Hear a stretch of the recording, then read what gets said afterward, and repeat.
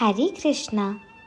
आज मैं आपको कृष्ण और अन्य ग्वालों की कथा सुनाऊंगी। एक बार की बात है, भगवान कृष्ण ग्वालों के साथ गाय चराते हुए बहुत दूर तक निकल गए। उन्हें भूख लगने लगी। आसपास कोई साधन नहीं था। उन्होंने ग्वालों से कहा कि पास ही एक यज्ञ का आयोजन हो रहा है, वहाँ जाओ और भोजन मांगकर ले आओ। ग्वालों ने वैसा ही किया। वे यज्ञ मंडप में गए और वहाँ भोजन की मांग की।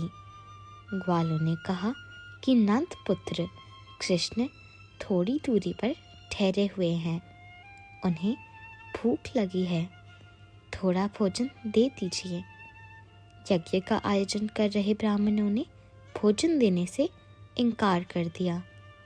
उनका मत था कि जब तक यज्ञ देवता को भोग न लग जाए तब तक किसी को भोजन नहीं दे सकते। ग्वाले लौट आए। कृष्ण ने उनसे पूछा कि भोजन क्यों नहीं लाए, तो ग्वालों ने ब्राह्मणों की बात कह दी। कृष्ण ने उनसे कहा कि एक बार फिर जाकर मांगो, शायद इस बार भोजन मिल जाए। ग्वालों ने फिर वैसा ही किया, लेकिन फिर वही जवाब लेकर खाली हाथ लौट आए। भगवान ने कहा, एक बार फिर जाओ, इस बार ब्राह्मणों से नहीं, उनकी पत्नियों से भोजन मांगना। ग्वालों ने कहा, वे भी वही जवाब देंगी। कृष्ण ने कहा, नहीं, वे मुझे चाहती हैं, वो तुम्हें भोजन अवश्य देंगी।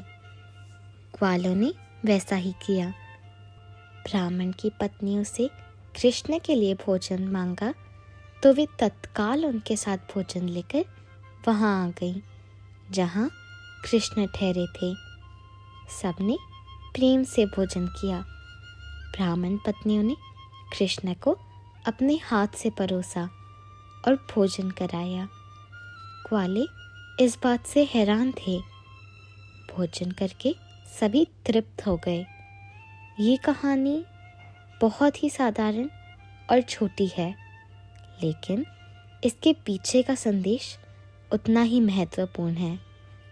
कृष्ण ने ग्वालों को बार बार भोजन लेने भेजा। आखिरी बार को छोड़कर हर बार निराशा ही हाथ लगी। कृष्ण कह रहे हैं कि व्यक्ति को कभी भी प्रयास करना नहीं छोड़ना चाहिए। सफलता के लिए लगातार प्रयास करते रहें, लेकिन अगर एक ही प्रयास में बार बार असफलता मिले तो खुद की योजना पर भी विचार अवश्य करें। अगर एक ही दिशा में लगातार प्रयासों में असफलता मिल रही है तो अपने प्रयासों की दिशा भी बदल देनी चाहिए। किसी भी समस्या पर हमेशा दो नज़रिए से सोचना चाहिए, अर्थात आपके पास हमेशा दूसरी योजना ज़रूर होनी चाहिए। तो प्रयास करते रहें।